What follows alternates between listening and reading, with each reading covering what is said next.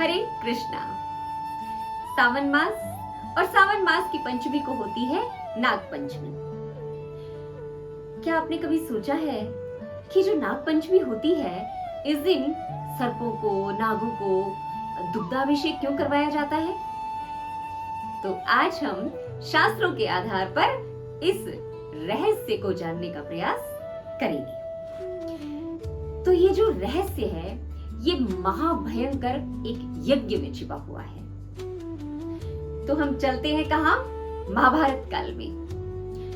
तो जब महाभारत के आदि पर्व में आता है और श्रीमद् भागवतम के 12वें स्कंद के 6ठे अध्याय के 16वां जो श्लोक है उसमें प्रमाणिक वर्णन है कि जब तक्षक नाग जो था और उसके काटने से महाराज परीक्षित की मृत्यु हो जाती है और तो उनके जो पुत्र होते हैं वो राजा जन्मेजय बहुत क्रोधित होते हैं और वो अपने पिता की मृत्यु का प्रतिशोध लेने के लिए बहुत आतुर हो उठते हैं और उन्हें बहुत क्रोध आया होता है। तो वो क्या करते हैं, उन्हें लगता है कि ये जो उनके पिता की मृत्यु हुई है ये सर्प के काटने से हुई है, यानी कि सर्प जो है वो उसका कारण है। तो ऐसा सोचकर और फिर वो क्या करते हैं, एक महाभयंकर यज्ञ का आयोजन करते हैं जिसे सर्प सत्र या फिर सर्प यज्ञ कहा जाता है। और फिर जो वो ऋषियों को बुलाते हैं और ऋषि जो होते हैं वो पूरा मंत्रों उच्चारण करके और सभी सर्पों को, जितने भी सृष्टि में जितने सर्प होते हैं सारे सर्पों को बुलाते हैं और वो एक एक करके उस हवन कुंड में जाने लगते हैं और मंत्रों के वश में होते हैं। और तो फिर अब त्राही त्राही मच जाती है क्योंकि वो राजा जन्मेजय जो होते हैं तो वो कहते हैं कि मैं पूरी पृथ्वी को, पूरे ब्रह्मांड को क्या कर दूंगा, सर्पों से खाली कर दूंगा। और सर्प जो है वो खिंच खिंच कर उस धधकती हुई अग्नि में गिरने लगते हैं।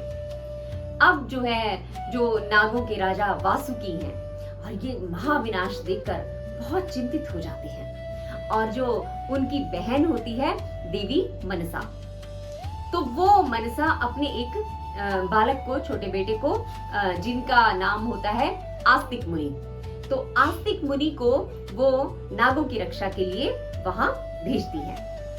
और जो वो बड़ा तेजस्वी बालक होता है और तेजस्वी बालक ने अपनी अद्भुत स्तुति से राजा को प्रसन्न कर लिया और राजा को समझा लिया होता है। और फिर वो क्या करते हैं कि जो सावन शुक्ल पंचमी के दिन और वो जो उस महाभयंकर जो यज्ञ होता है उसको वो रुकवाते हैं और जितने भी सर्प होते हैं, सारे नाग होते हैं, उनको अभयदान दे दिया जाता है। अब क्या करते हैं, अक्सर लोग कहते हैं कि नागों को दूध पिलाया जाता है, लेकिन मतलब मेरे हिसाब ये मैंने सुना है कि ये सत्य नहीं है।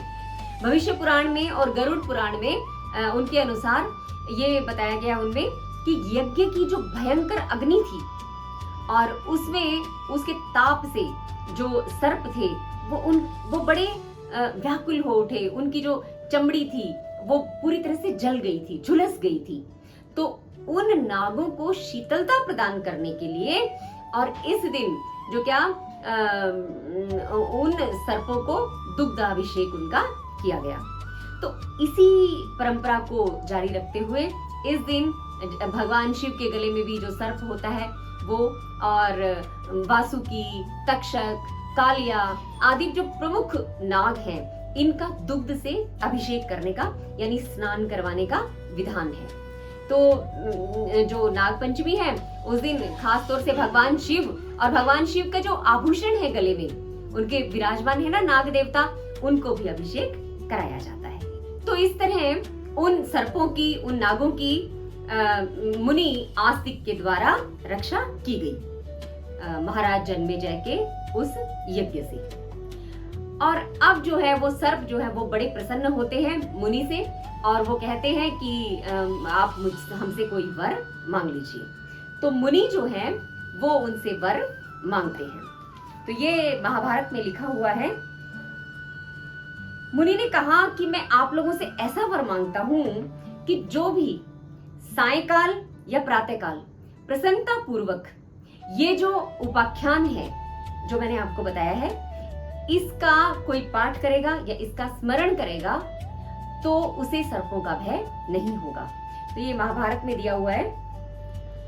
यो जरत कारुणा जातो जरतकारो महायशा आस्तिक्य सर्प सत्रे वा पन्न गाना यो अभयरक्षता तम स्मरंतम महाभागा ना माम हिंसितुम अर्हथा।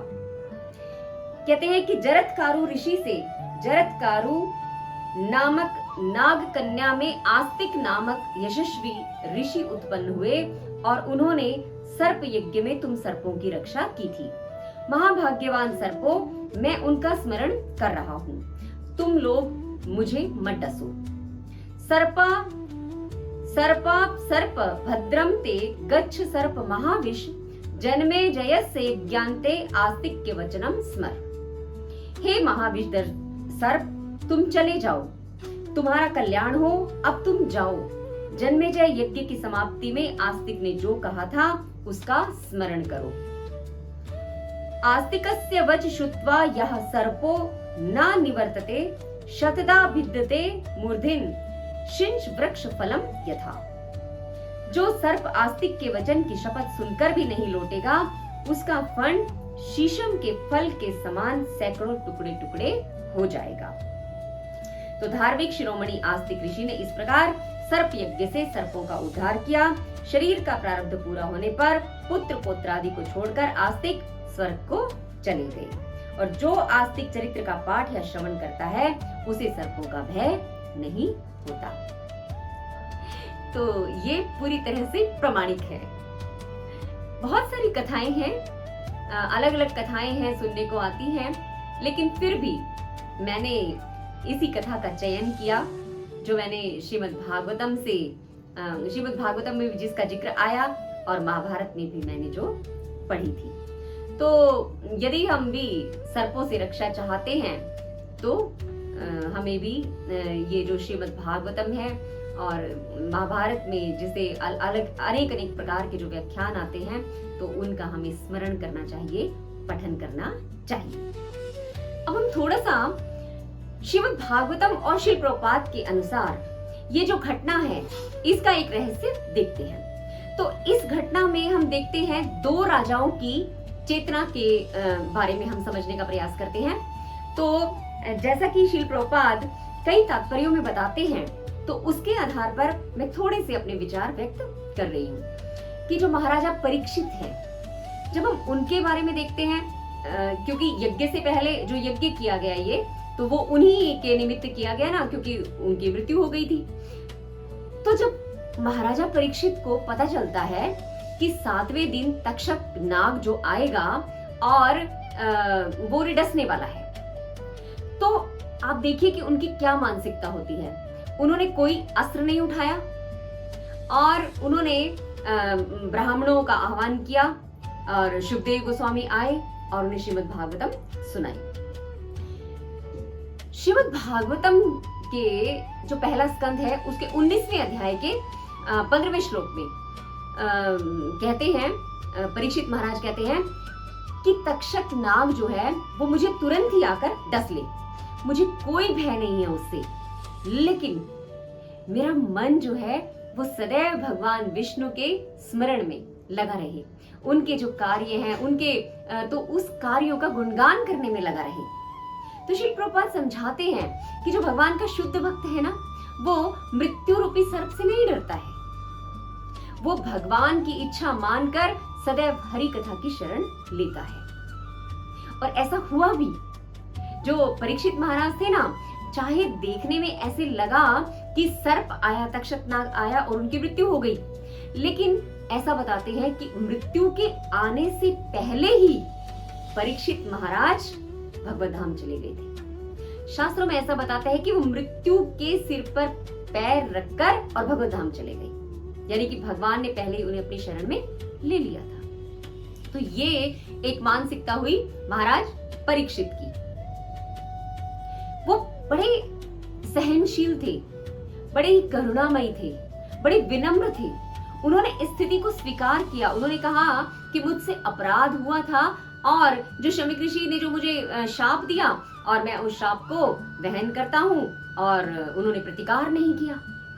वो चाहते तो प्रतिकार कर सकते थे, लेकिन प्रतिकार नहीं किया और उन्होंने उस शाप को स्वीकार करके और अपने जो 7 दिन थे वो भगवान की भक्ति में लगा दिए। अब जो दूसरे हैं इसके विपरीत जन्मेजय का प्रतिशोध। राजा जन्मेजय ने पिता की मृत्यु का बदला लेने के लिए प्रतिशोध में यज्ञ किया और जो क्रोध का प्रतीक है, इससे क्या आध्यात्मिक संकेत हमें मिलता है? श्री प्रभुपाद ही अक्सर बताते हैं, अपने प्रवचनों में और पुस्तकों में भी कोट करते हैं, चाणक्य नीति का एक श्लोक बताते हैं। वो कहते हैं कि पयापानम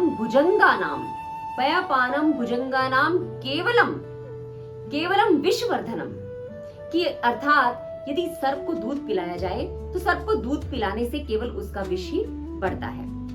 तो आध्यात्मिक रूप से ये जो काम, क्रोध, अहंकार और ईर्ष्या, ये सारे हमारे जो दुर्गुण है ना, ये एक तरह से सर्प के समान है। और ये सर्प जो है हमारे हृदय को इतना जलाता है, जैसे अग्नि जलाती है ना, उसी तरह से इसका विष इतना भयंकर होता है कि हमारे हृदय को तप्त करता रहता है। तो इसी तरह से इनको दूध पिलाने का कोई फायदा नहीं है। इनको क्या करना है? इनको तो हरि नाम की वर्षा देनी है, कि जिस तरह दुग्धा अभिषेक किया जाता है ना सर्प का, जब वो अग्नि से जल रहे थे, इसी तरह से हरि नाम की वर्षा करनी है। और जब हरि नाम की वर्षा होगी तो फिर ये जो सर्पों का जहर है ना, वो भी शांत हो जाएगा। तो इस तरह से मैंने ये कथा को समझने का प्रयास किया। नाग पंचमी की अलग अलग कथाएं हैं।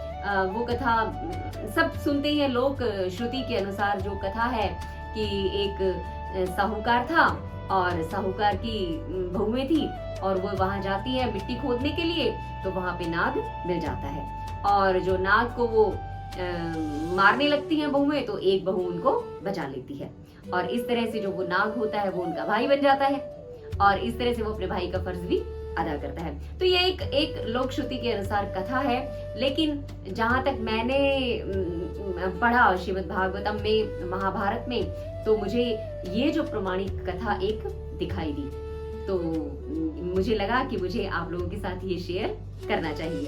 तो आपको भी अगर ये अच्छी लगी हो तो आप भी इसे अपने मित्रों के साथ, संबंधियों के साथ साझा अवश्य कीजिएगा और मुझे कमेंट में बताइएगा कि और हम नागपंचमी से रिलेटेड कौन सी कथाएं ले सकते हैं।